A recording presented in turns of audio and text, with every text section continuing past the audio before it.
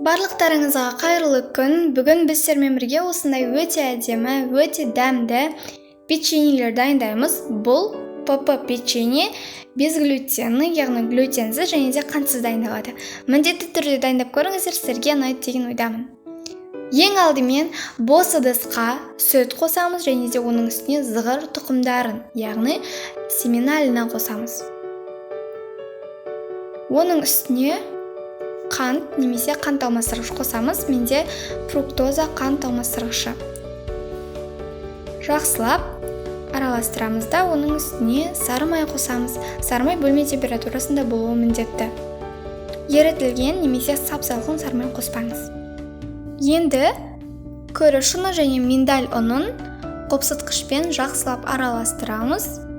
Миндаль ұны менде түйіршік болғандықтан мен қазір електен өткіземін. Және де қопсытқышты сіздер 1 шай қасықтың жартысын қосасыздар, яғни 2-ден 1 бөлігін, ал егер ас содасын қосатын болсаңыздар, 4-тен 1 бөлігін қосасыздар. Яғни ас содасы қопсытқыштың жартысына тең. Енді електен өткіздік. Електен өткізу міндетті емес, менікі түйіршік болғандықтан өткіздім.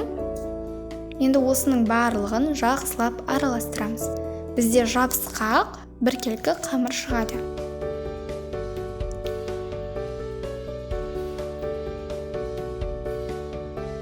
Енді осыны қолымызбен алып, біркелкі болғанша дейін біріктіреміз де тоңазытқышқа саламыз. Бұл тоңазытқышқа салғанда оның өте қатты жабысқақтығы басылады. Міндетті түрде 30 минут тоңазытқышқа салыңыздар. Тоңазытқыштан шыққаннан кейін пешіңізді қыздырып қойыңыз 180 градусқа. Және де дайын болған қамырымызды 2-ге бөліп, екеуінде шұжық түрінде, яғни колбаса түрінде дөңгелетеміз. Және де өзіміз қалайтын бөліктерге бөлеміз. Бұл жердегі сәт сіздің печеньеңіздің көлеміне әсерін тигізеді. Үлкен қылсаңыз үлкен болып шығады, кішкентай қылсаңыз кішкентай болып шығады. Менде орташа көлемде болды. Сіздер дөңгелек қана емес, оны әртүрлі пішінде жасай аласыздар. Ол көбелек болуы мүмкін, гүл, жүрек, 4 бұрышты форма болуы мүмкін. Өзіңіздің қалауыңыз бойынша, және де міндетті түрде сіздер егер де ағаш таяқшаның үстінде істейтін болсаңыздар, алдын ала күріш ұнын сеуіп алыңыздар. Себебі бұл қамыр өте қатты жабысады. Мен аздап септім, себебі менің дастарханым, силиконды дастархан, қатты жабысытпайды.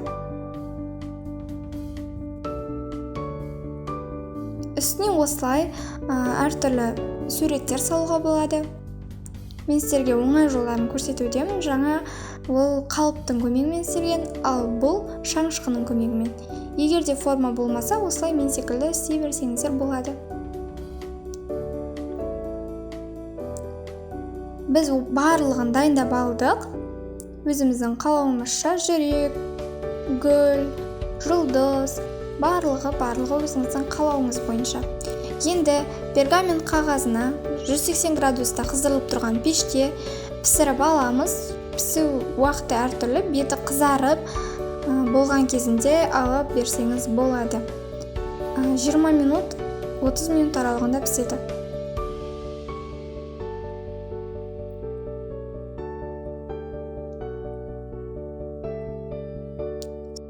Сонымен біздің печеньелеріміз дайын. ПП печенье. Бұл ПП деуге өте жоғары дәрежедегі печенье. Дәмі өте керемет. Миндаль ұнын ешқандай ұнмен алмастырмаңыздар, себебі бұл ерекше дәм береді. Дәмі өте ерекше. Осы печеньені дайындап көруге кеңес беремін. Егер миндаль ұнының үй жағдайында қалай дайындауға болатындығын білгіңіз келсе, пікірге миндаль деп жаза кетіңіз, және де мен келесі видеоларының бірінде үйрететін боламын. Қош сау болыңыздар.